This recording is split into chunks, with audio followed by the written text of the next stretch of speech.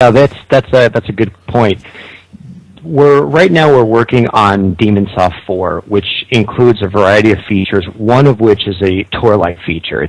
Some have described it as a replacement for Tor, although I kind of caution using words like that because Tor has certain features that we won't necessarily be rolling out at first. But DemoNSAw 4, which is coming out at DEF CON 25, July 27th, 28th, that sort of time frame, will have three main new features thrown in. It will have file synchronization, bidirectional. So you'll be able to completely replace Dropbox.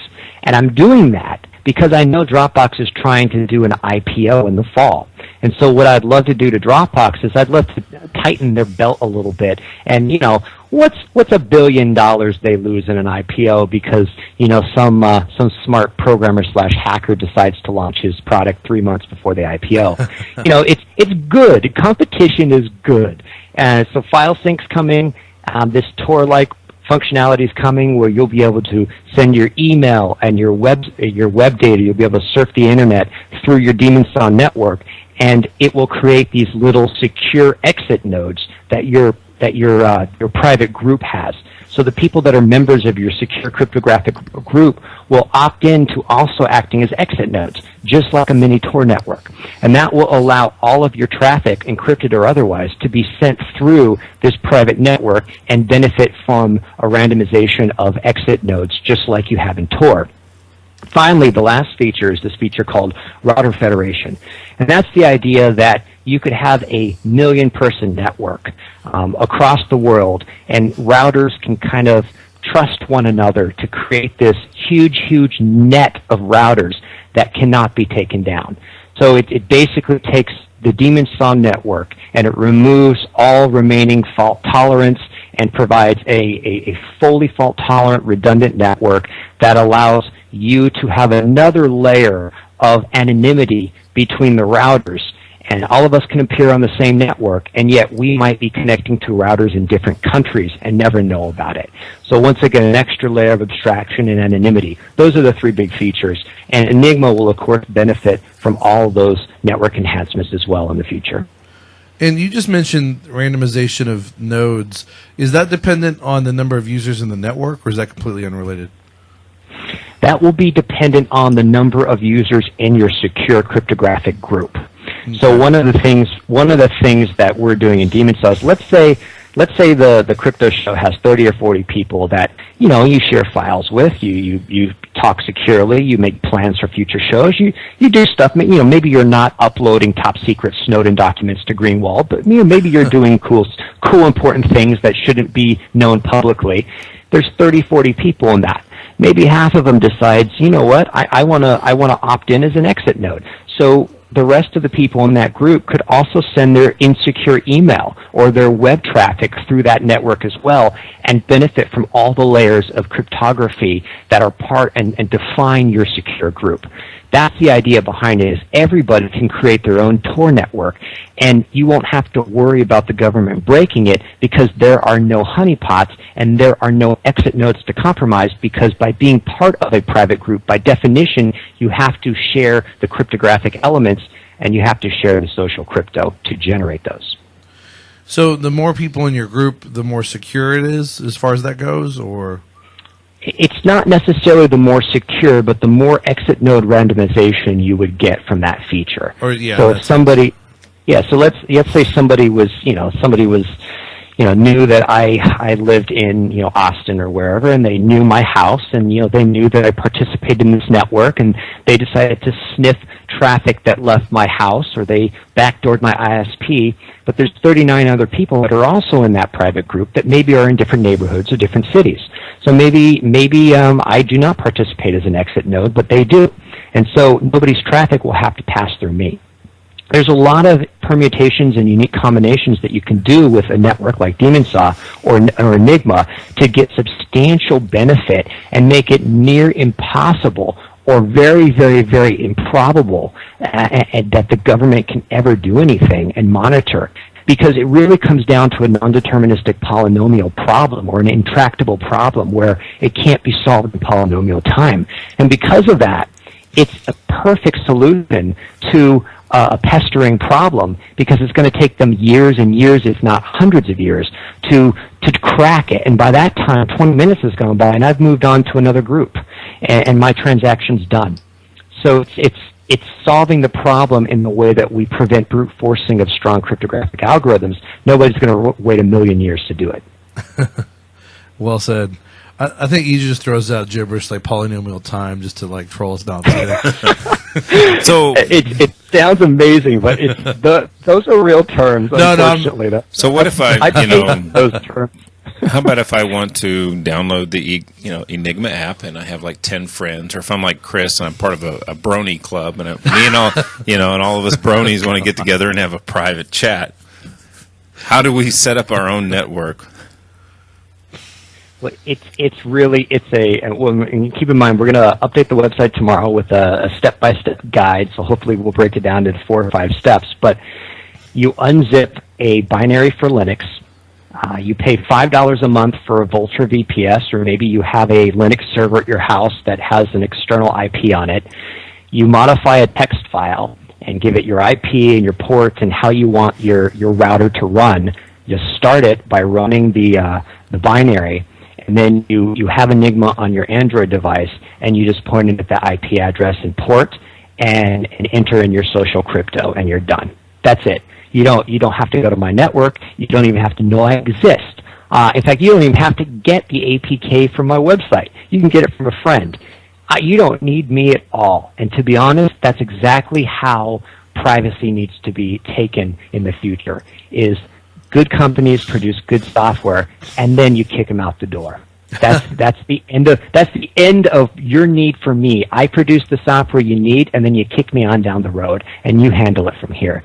Because if you don't control the endpoints, if you don't control every node in your network, and you don't control the end-to-end crypto, then you don't really control anything at all. Apps like Signal and Telegram and others have gotten a lot of this right with the end-to-end crypto. But the part that they haven't gotten right was that they don't need to host an infrastructure. And we're coming to break with Eijah. We'll be right back to talk more about Enigma.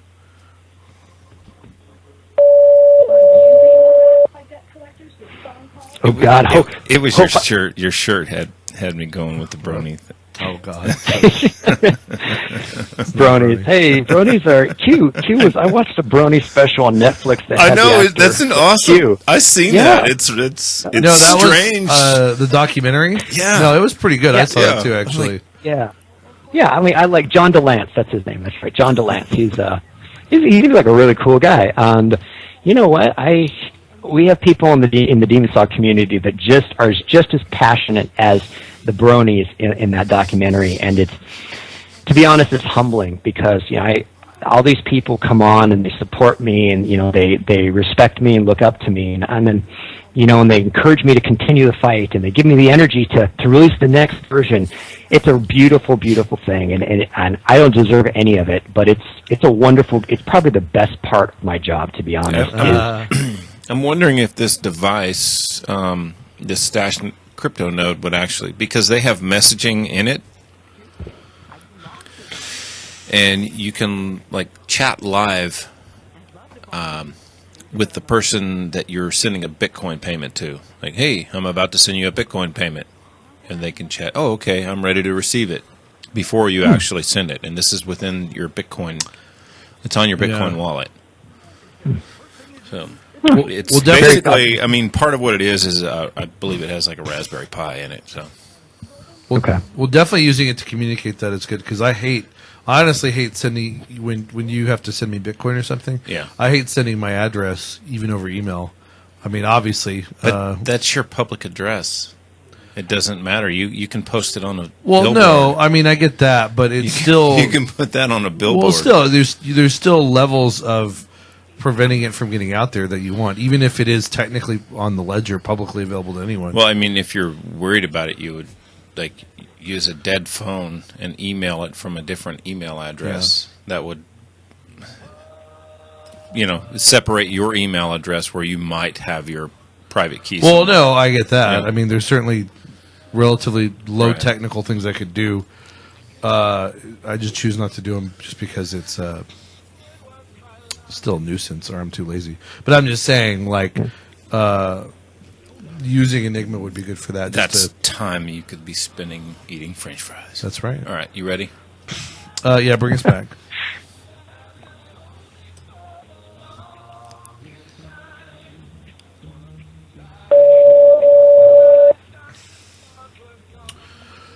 Welcome back, guys, to the Crypto Show. We're talking about Eric J. Anderson, Eijah's new project at DemonSaw, Enigma. And one point he left us with as we were coming to break is a good company creates a product that is useful to you as a consumer, and then that company can be kicked to the street, or I forget how he put it. And it reminded me... Kicked to the curb. Kicked to the curb, there you go. And it reminded me of, I think it was one of our previous guests who brought this up, but something I didn't even know existed, a fire and forget rocket or missile. I didn't even know these existed, but there's actually missiles where they have wires that you connect to the missile even after you fire it, and it can, through that wire you can send signals to direct how it goes. But there are others. Is that right? Well, then there are others where it's fire and forget. You fire it, and you don't have to worry about any of that. And my point is, I think it was one of our guests who used that with respect to the same concept, which is you want a technology from a company where you fire it, use the technology, and then you forget the company. You forget any need for middleman or outside trust in that regard. And I think he's totally right. That is just one of the many ongoing themes in the security in crypto space, and I just think it bears emphasis as often as necessary. Well, let's get to the couple of questions from John Ferguson. That's John Ferguson, the sort of John the Baptist of Made Safe. What is his? SafeCrossroads.net. There it is. I was looking it up and I couldn't find it at first. SafeCrossroads.net is his website. He has a podcast there. He's been on our show many, many times, and he doesn't technically work with or for MadeSafe, I should say, but he's definitely very well acquainted with the team over there, and pretty well acquainted with the technology, and a big fan of it. And unfortunately, he was going to be on the show, but was unable to make it last minute. But we do have a couple questions for Eijah from him, and I'll throw out the first question. DemonSaw is fantastically capable, but much too daunting for most to use. I didn't say it, John Ferguson did. The Enigma app looks like a big step in improving this. What other plans are in the works to make it even easier for lots of people to adopt? That is a great question and absolutely truthful. I will be the first one to admit that the DemonSaw interface is... I've heard the word atrocious used before, but I'm not a UI programmer. I don't have a design background. I'm not familiar with material design concepts. I'm not an artist, and so DemonSaw 1, 2, and 3 were completely coded by me. Everything, the UI, the UX, the back end, the network code, the encryption, it was all me. And so obviously I have strengths, and I clearly have some weaknesses, especially being in the UI. Those are all fair statements. DemonSaw was meant as a proof of concept. It was meant as a hacker's tool to see if the idea was even going to work. I had no idea when I released every single version of DemonSaw that would even work. Usually the last 2 weeks, things pull together, and I think, oh wow, this is actually going to work. Great, because I'm talking to another 2,000 DEF CON people, and that's good. That's good that my product works. But it was always designed as just the next leap forward in what's possible for us controlling our own crypto. Enigma's different. Enigma looks at it, and the reason why Enigma is not called DemonSaw is because it truly is a different app. It's powered by DemonSaw. It's founded on the core principles of DemonSaw, but it's not. First of all, it's not only done by me. Recently, we hired a very, very, and he's listening right now, so he's probably going to get a big grin on his face, but a very, very smart hacker and programmer. We lovingly call Cammy Cam, but his name is Cameron. Very, very smart guy. He actually stalked me at last DEF CON. He randomly bumped into me getting a slice of pizza, he was looking for me, and he wanted a conversation, and it was very well played, and I realized just how smart he was and passionate he was, and he's a perfect fit. And so Cami has over the last 6 weeks helped me build out Enigma, and he belongs to a younger generation. He understands what makes a mobile phone app great, and he brings something different. We also had strong support from the DemonSaw community. We had some artwork and some early alpha and beta testing, and we very much engaged the community to give early feedback. And I think the resulting product speaks for itself. Now, keep in mind, we've only been working on this for 6 weeks, and only 2 programmers. I'm excited for version 2.0 and 3.0 and being able to pour a lot of time and energy into it. The same thing goes for DemonSaw. With DemonSaw 4, we're taking a similar approach, and John's absolutely correct. We're redoing the whole UI. We're making the entire flow of the app make more sense, be more intuitive, more familiar. The whole app's going to look like Chrome and Firefox, and the buttons are going to be where people expect. And that's needed because we don't want to force people to relearn something if they don't need to. So our goal is we want to protect them. We want to enable them to be safe and anonymous and safeguard their privacy, not be forced into our little box or what makes sense in our mind's eyes. So that transition is happening with Enigma, and it's going to continue for DemonSaw 4. Great to hear. And the moral of the story, guys, is if you want to get a job in the tech or cybersecurity industry, stalk your prospective employer. No. Yes. It does sound like one of those like tech sitcom movies, though. There was one like with Vince Vaughn where he's like a watch salesman. And he goes out of business, and he tries to apply to Google, and he doesn't know anything about tech, but he uses tenacity and personality to get in. Obviously, Cameron had a lot of whiz behind him, but I don't know. That was just kind of a cool story. It just reminded me of a almost. They brought their old school ideas into Google or Google or whatever. Yeah, you saw it. Yeah. Anyway, the cool story. It's very awesome that you have Cameron on board, someone with his strengths, and to complement your own. And like you said, it's only been 6 weeks and a 2-man development team with a little outside help from the community, but that's really impressive to get something so sophisticated and important launched that quickly. We didn't apply for this job; we just made it happen. Well, exactly. you guys didn't stalk me. That was the missing element. Oh man, now I know. It's not too late. I mean, I am very readily stalked. So just so you know, I can be stalked. And if I were honest, I'd say maybe I even enjoy it slightly. Just to throw that out there. I like it. Well, that's why we keep trying to get you to come to Austin. You're easier to stalk that way. So, well, good answer. Let's get to. Did I say that was John Ferguson's question? You liked it so much. That was my question. No, no, that was John's question. Well, let's get to his second question. With all the fake news furor, the powers that be are making moves to censor the internet more than ever. They're at least making the PR moves necessary as precursors to some such nonsense. I like that. What are the prospects for DemonCast and other uses that could help keep broad channels of free communication open for alternative news, etc.? I like it. Just so your listeners know, DemonCast is my favorite subject in the whole world with respect to DemonSaw or Enigma. It's the conversation point that I don't get to have a lot, but it is my favorite feature that has not yet been implemented. Yeah, tell us about that. We've got about a minute and a half till break, but go ahead and tell us about that. So, well, first of all, I'm starting a podcast, a weekly podcast that we're going to be called DemonCast, but that's really not it. DemonCast is a feature that will allow everybody in DemonSaw to host their own station or host their own channel.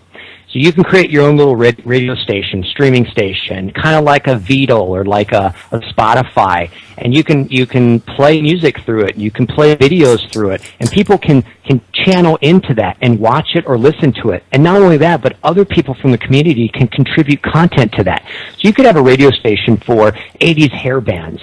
And, I'm like, I've got great AC/DC collection. I'm going to stream that. And you can say, I've got a great Van Halen collection. They had long hair. I want to contribute. This is just one example of what you could do by hosting a channel or a station, and the same can be done for video content. We see a huge opportunity to market with content providers to create their own customized internet-only station or channel and allow direct consumer to producer relationships without going through the middleman. Why? Because even Netflix, as economical as it is, they still take their cut. Cable companies, who's going to pay $150 for a cable bill? That's the true. More they add to the price of the good. We'll be right back with Eijah to talk about more stuff.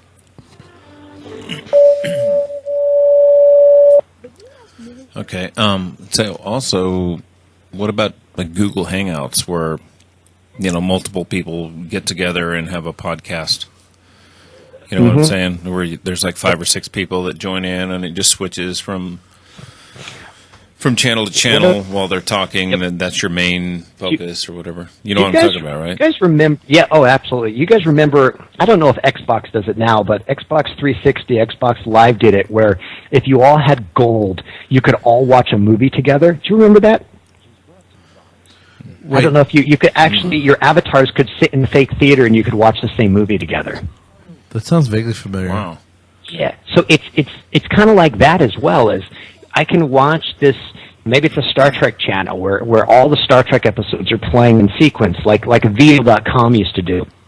But in addition to that, maybe I want to have a movie night with my girlfriend or boyfriend, and they're across the country. Or maybe I want to have a movie night with my brother or my sister, and yet they're in another state. We could schedule a movie night through our software, through our phones, stream it to our TVs, and yet be in the same virtual room together, and maybe feel less apart.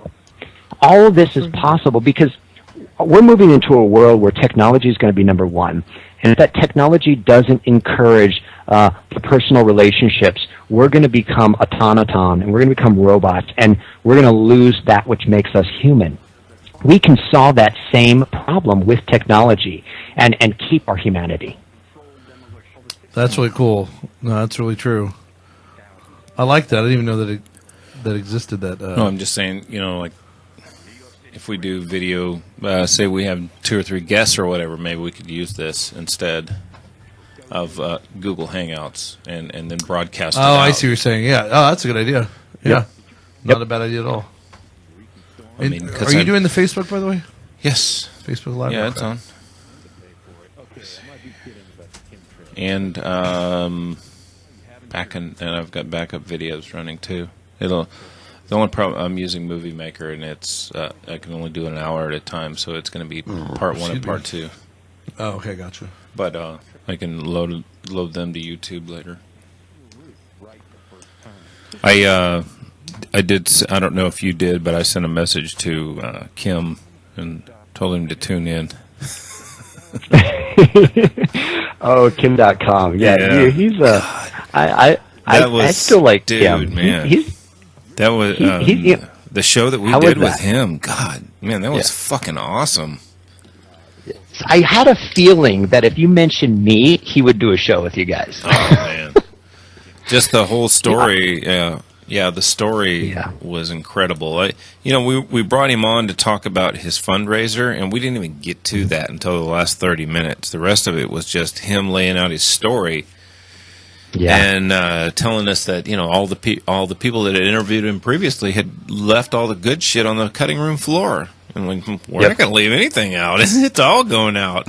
We're not cutting. Yeah, I like Kim.com a lot. I know it kind of ended not in the best between Kim and John, but Kim and I hit it off right away. I mean, it was a match made in heaven, and yet sometimes things are not meant to be, and it was bittersweet for me. But he's a gamer. He's a gamer, so he's right up your alley.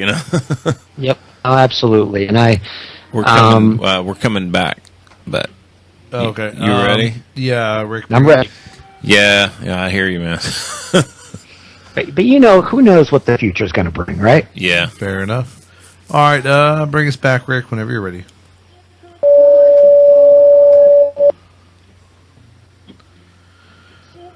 Welcome back, guys, to the Crypto Show. It is our second to last segment with Eijah, Eric J. Anderson of DemonSaw. And Eric, we were interrupted by the break. We were responding to John Ferguson's question about Demoncast and how it and similar options out there might keep broad channels of free communication open. And where were we on that topic? I know you still had some more to say about it. Yeah, we were talking a little bit more about how society right now has been trending more and more towards embracing technology to the point where we're at risk of losing our humanity. And I mean, this sounds a bit cliche and a bit of a trope, but the reality is I don't live in the same city, let alone the same state of all my family, my sisters, my brothers. I mean, I've got a brother who's serving in the military right now in Germany. I've got another one who's in West Virginia. I've got family in Maryland, D.C. It's and I'm in North Carolina, and it's just we're losing what makes us human, and we're losing it more and more. The more technology becomes just part of our lives. And I don't want to sound like, somebody who's dissing on technology, but we could use technology to increase and enhance our humanity as well. A technology like Demoncast, and we talked about during the break, I don't know if you guys remember Xbox Live. You used to be able to watch a movie with other friends that also had Xbox Live Gold. It's kind of like a Mystery Science Theater 3000 type of thing. Yeah, that's what I thought when you brought that up, yeah. Yeah, that's totally doable. Why aren't we doing more of that? The reason why we're not doing more of that is because the subscription prices and because, content production companies have exclusive agreements with certain cable companies. And why? Because the middleman. The moment we remove the middleman, we now open up infinite possibilities, and we can do it much faster and much less expensive. I'm not saying steal the content. I'm not advocating piracy. But what I'm doing is I'm advocating a new model, ushering in a new form of content distribution that puts the price at the place it should be, at a convenient technology with a low and fair price point direct to the consumer from the distributor without hefty contracts and licensing deals. That's what we want. That's what we're getting with Netflix, although imagine if we could get it without Netflix. Netflix is going to be the last remaining element of really the old way of doing content distribution, and it's innovative as well. But imagine having a Netflix without Netflix. You don't need to go through their infrastructure. You don't need to go through their company. You don't need to pay them $7.99 a month. What if you could pay $3.99 a month and go direct to the content producers and only get what you want to watch? If you love Ancient Aliens like I do, and you love Hunting Hitler like I do, yes. Or American, then you get just that, and you're paying pennies on the dollar, and those companies that produce the content are making 4 times what they were making before. Why? Because you cut out the middleman. This is where we're going, and technologies like Demoncast are going to usher that in and lead the way. We have the technology to do this now. It just takes the right way of thinking and the right code to be written. Well said. And there's Eijah's in my social cryptographic two-way is Hitler and Ancient Aliens. Those are my 2 favorite things to watch too. So I'll know in the future situation what to intimate to him so that we can transfer data between us. You realize you're not supposed to give your key out to the world. Oh. Yeah, we just social engineered. Yeah, we just failed at social crypto. You know what? Mistakes lead to learning. So there you go. No, but good point. And this is a point I've brought up before, or other guests have brought it before indirectly, is a big part of the market in technological development, and not necessarily technology in the technical sense, but in the business model sense, is about eliminating the middleman. Now, middlemen will always be there, are necessary to some extent, depending on the industry or the product, etc. Or new products tend to create new middlemen, but advances then in that product or industry tend to eliminate the middleman, and that's a good thing, not simply because of security and privacy and related vulnerabilities like we've talked about, like with Signal, but even just with cost, because middlemen add a layer of cost to the final product that gets paid for by the consumer, as Eijah was saying. And so, while Netflix is a beautiful thing, if you can eliminate it in such a way but still provide the service, the consumer is better off. It's kind of like with Uber and Lyft. We've had people on talking about how Uber and Lyft provide a great thing. It's relatively peer-to-peer and decentralized, but you still have to go through their centralized app and servers and stuff. But people have created and are working on peer-to-peer ride-sharing apps that don't require a middleman per se, and thus reduce the cost kicked back to the middleman. So really important point, I think. Well, let's move on to another few questions. We've probably alluded to this, and it's kind of a simple question we probably should have asked early on, but it doesn't really matter when we ask it. But for now, Enigma is only text, correct? Right. It's only text, either a group chat feature, or it's kind of what Twitter calls DMs or direct messages or private messaging. So you can do a one-on-one conversation, or you can do a group-based conversation. You can either do it in a public forum, or you can do it in a private, secure group that you define. Awesome. And what's the timeline for the rollout of voice? Good question. Well, we're going to roll out the concept of rooms in DemoNSAw 4, which will also be in Enigma 2.0. So there's my first feature announcement for a future Enigma. Wasn't planned, but nonetheless, interweb, you get it. You get a new feature. So that will, if you've ever used IRC, and you understand jumping in a group and trying to streamline the conversation and not have conversations kind of fight one another. That's a very desirable feature. VoIP has been on the roadmap. It still is on the roadmap. To be honest, VoIP could happen at any time. It's just going to take the right demand. In the same ways that I never anticipated making Enigma. I didn't. I swear. 6 weeks ago, it didn't even occur to me that we were going to make another app, launch a new product line, and compete in this very, very crowded, secure messaging world. But we did it, and we created a unique product that meets a unique need. I think I'm getting a lot of feedback, very positive feedback from not only the DemoNSAw community, but non-community members as well. So VoIP, I think, would be the same thing. At worst case, VoIP would be in DemoNSAw 5, which is going to be a year from July, so about 18 months from now. At best case, who knows? It definitely will not be in DemoNSAw 4 6 months from now, because there's just too much work to be done. And like I said, I only have a team of me and Cameron right now. We will be staffing up because there's a lot of programming work to be done, and the two of us can't do it all. But who knows? I mean, if there's desire for it and the road just leads us there, you could see VoIP by the end of the year, so 12 months out. Or if we got a very wealthy investor and said VoIP needs to happen now, it's just a matter of code. They call it SMOP, a simple matter of programming. Anything is possible in the realm of coding. You just got to write it. Enough keystrokes will get you there. I love those cool industry phrases that are the vernacular of those in the know in the industry that sum up the complexity of something simpler. In other words, like, it's just a matter of programming it. Programming is everything, and it can be a daunting task if you don't have a big enough team, obviously. Just a kind of a funny, ironic term, I think.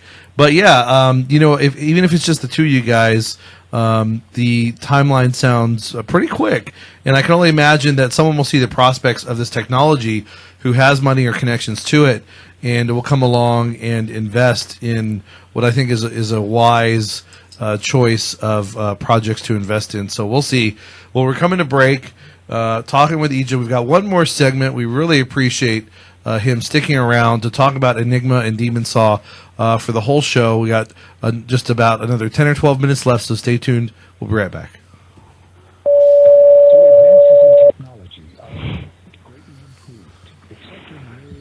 SMOP. There you go. Sounds so dirty. It sounds like a very dirty onomatopoeia, doesn't it? Yeah, like a like mop or like something plopped, like a banana plopped on the ground or something, like a rotten banana. Yeah, that's funny. You know, I think it reminds me of FAP. You know, that same kind of sound. But maybe that's why I think it's dirty. FAP, because you know, things we not discuss on the air. FAP means finished after programming. It's like SMOP or something. I'm gonna run to the restroom. Speaking of FAP, I'm gonna run to the restroom real quick. Oh God. I don't know. What? Oh my God! If you don't know what's going on, that makes two of us. Whoa! No, it's always fun programming. Imagine how much fun we would have if I'm there in person, because you know we'd have to have beer. Can we have beer in your studio? Are you kidding? There's a full bar in here. Oh, okay. Dude, there's we've got pisco sours, margaritas. Oh God! There's scotch, Bloody Marys, whatever you want. We got it here. Mini fridge full of beer. I'll be there in 30 minutes. I'm on my fifth or sixth beer, and I make this thing when I run out of tequila. I make a pisco Rita, but instead of a pisco sour, I just use margarita mix. It's easier. No, that works. You know, Cameron's here hanging out, and we're going to get really drunk after this to celebrate the Enigma launch because you know the last 6 weeks were a little painful. So he's out there. He brought in a glass of wine halfway through, I think, right at our break 45 minutes ago. I told him I'm going to run out of coffee. Bring me wine, and he's like, "Don't worry, I got you." So he brings in this glass, like literally, I think we're in a college dorm. It's this water glass full of wine, and I'm like, "What are we 20 again? Is this like?" You're lucky it wasn't a solo cup. Oh God! What? He's talking about drinking wine out of two programmers in a cup. Yeah. Oh Yeah. God! No, that's fucked up. Oh no, I don't even want to picture that. All right, well we're coming back. All right, bring us back, Rick, when you're ready. So hey, have you seen that video? Two programmers in a cup. That's pretty crazy, right? All I have to say is smop. That's all I have to say. Smop, smop, smop. What does it mean again? What have I done? Simple matter of programming. Simple matter of programming. Just a tiny little thing that's a really big thing. dirty. I know, that's why I love it. And that's what inspired me to become a programmer. Is when Here's the thing. Programming, there's really not much naughty or dirty in the programming world. I mean, maybe bugs in the code, but people see Hollywood's depiction of what it means to be a hacker or a programmer. That could not be further from the truth. Most of the nights you're alone in a darkened room typing, usually making mistakes. That's really what it means to be a programmer. So SMOP is nothing naughty at all. Are you wearing a hoodie and a Guy Fawkes mask when you do this? Of course. I mean, we all have to do that, right? Stereotypes are wrong, Danny. That's whenever you see a picture about a hacker on the internet, it's always some dude in a hoodie with a Guy Fawkes Well, that's because mask. Anonymous perpetuated that stigma, that stereotype, and you need to transcend. Stigma. We're not talking about stigmas. We're talking about Enigma. Ah, Enigma. Well, speaking of which, getting back to Enigma and away from SMOP, we've already talked about ways that Enigma differentiates itself, but are there any other additional features that set it apart from, say, Signal or Wickr? Well, I mean, obviously those, and this is that part of the presentation where I tip my hat to the people that have come before. Wickr, Signal, these are very well thought out, very vetted, open source apps that have received community approval and are doing very, very positive things. And it's really important to highlight that Enigma is not meant to be a competitor. I think the world needs more applications that enable people to be secure and communicate freely and not worry about governments imprisoning them. And there's plenty of room for an Enigma or 2 or 3 or 10 more. Each app specializes in something slightly different, and each app has its strengths and weaknesses. And it's just important to call it out and say that, you know, these are good apps, these are good people, these are good programmers that are making them, and they're dedicating a large portion of their life in doing it. And they're probably getting underpaid doing it as well. So, you know, they have my respect, they have my admiration, and I wish the world were full of more developers and more teams like the ones building out these other apps. So, you know, it's an honor to produce something that will also help protect people. I've chosen to go a slightly different path. You know, I'm taking the host your own network, do what you want, but I'm also leveraging the DemonSaw network. So in the future, you know, Enigma will continue to be a chat and a private message and a VoIP application, but it's also going to sit on the DemonSaw network, which allows you to do file sharing and file sync and Tor. It's going to allow you to do so many more things. So it's really a bundled set of services that I've created here, and I let people pick and choose. And so I think that's another way that it definitely differs is secure communication apps usually only do text or VoIP. They don't usually let you share files as well. Skype, of course. You mentioned the other ones being open sourced. You're not open sourced? I fit in a niche area. The lower level crypto is all open source. It has been open source for a year and a half now. So all the lower level C++ code that does all the cryptographic routines is fully open source under MIT license, which means anybody can use it for any reason. I never open sourced the UI layer yet. It's something that I'm still considering. I want to do it, and the only reason I haven't done it is because I'm not making any money. One of the benefits of having an infrastructure like Signal or like WhatsApp or like Snapchat is that you can make money off of your customers. You know how many customers you have. You can show them ads. You can collect their metadata. You can resell that metadata, and you can ensure that they come to you. And you can sell that, and that's marketable, and that attracts investors. I don't know how many people have downloaded or used DemonSaw. I have no idea. I couldn't even guess. Just like I'll have no idea how many people use or download Enigma. So without having that infrastructure, I'm at a loss with respect to how I can market the app. So I can't open source it as well. The other thing to think about with open source is good, but it caters to 1/10% of everybody in the world. Only about 1/10% of people can actually read the source code. So having the source code available doesn't help the average people that just want to use it to protect their communications.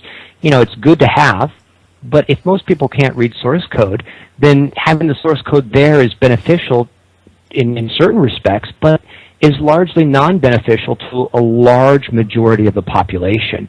What people want is people want to know as well that their privacy is not being betrayed, that their data is not being collected, that the government can't backdoor, and that they can use the app however they want. I think both of these things are important, and I think the future is going to be a combination and a merger of the two. An infrastructure-less company having open source products is the holy grail. That's where I want DemonSaw and Enigma to go to. I just have to figure out how to pay my bills first. But once I figure that out, I will absolutely open source it. I just need to pay my mortgage first. When something's open source, what's to stop the government from coming into it, making changes? Well, there's two sides to the open source equation, and keep in mind, I look up to people who have open source. I do it as well. We owe a lot to people who have sacrificed their lives and given up their source code for free. We would not be here today if it were not for the sacrifices of the open source, the FOSS community, basically. So we only respect their sacrifices. But open source it's not all positive. Applications that are open source can be rebundled with viruses and can be given or resold to people that maybe don't understand they're getting a packaged binary from a malicious location. And so open source software can be rebundled, it can be redistributed, and it can cause harm too. And just because software is open source doesn't necessarily mean it doesn't have vulnerability, as in the Heartbleed vulnerability. Now, it also doesn't mean that closed source software is any safer as well.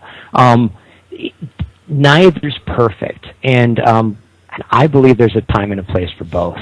I would love Enigma and DemonSaw to be fully open source. As soon as I can find a model that can monetize it to businesses and pay my bills and build a company, then we will have an open source version just the way that Metasploit does their software.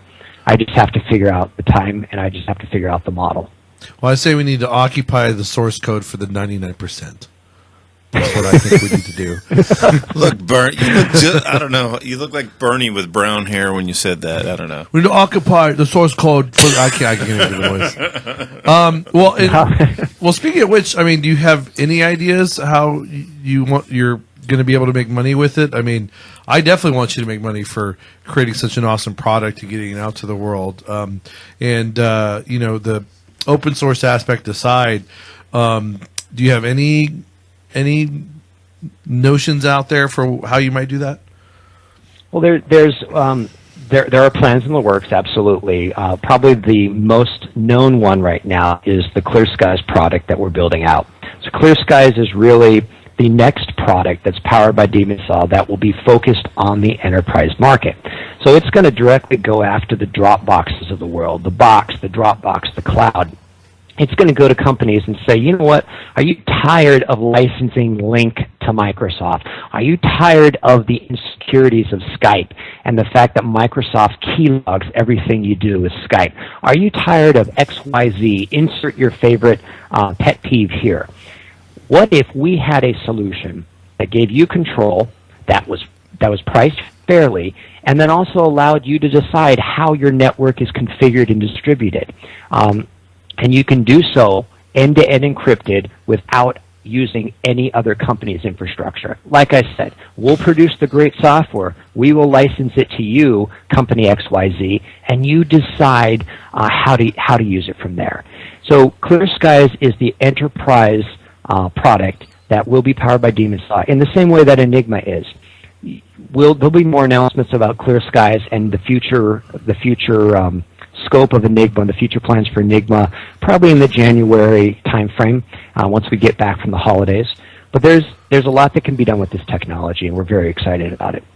Well, very awesome. Well, we've got only 2 minutes. I guess let me try to quickly get to a question from a user on Facebook.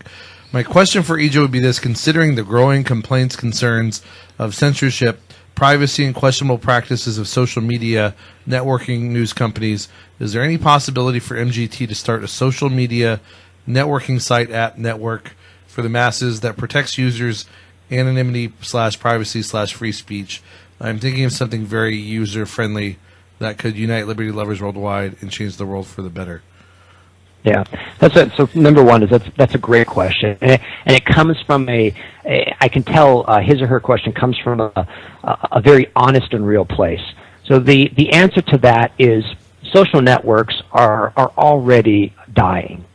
Social networks are dying. If we go back to what we talked about an hour and a half ago, every online interaction will be a social network in the future. Your Facebooks, your Google Plus, your specific social networks will fade away because the fabric of the internet is quickly becoming a social network.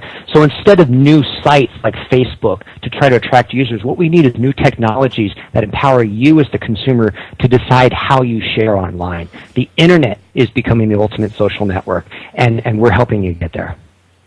Awesome, great answer. We got about 50 seconds left. Take us out, Eijah, with how people can learn more about DemonSaw and Enigma. All right. Well, the best place to go is if you go to Eijah.com. That's EIJAH.com. You can check out and download Enigma. You can also follow me on Twitter. It's at demon_saw.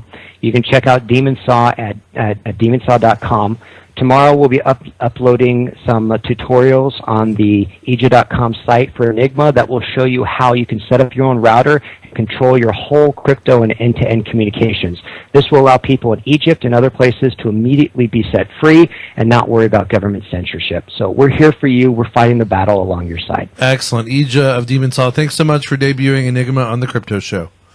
Thank you, guys. Pleasure to be here. Pleasure on our side as well. Offering absolutely all right, man.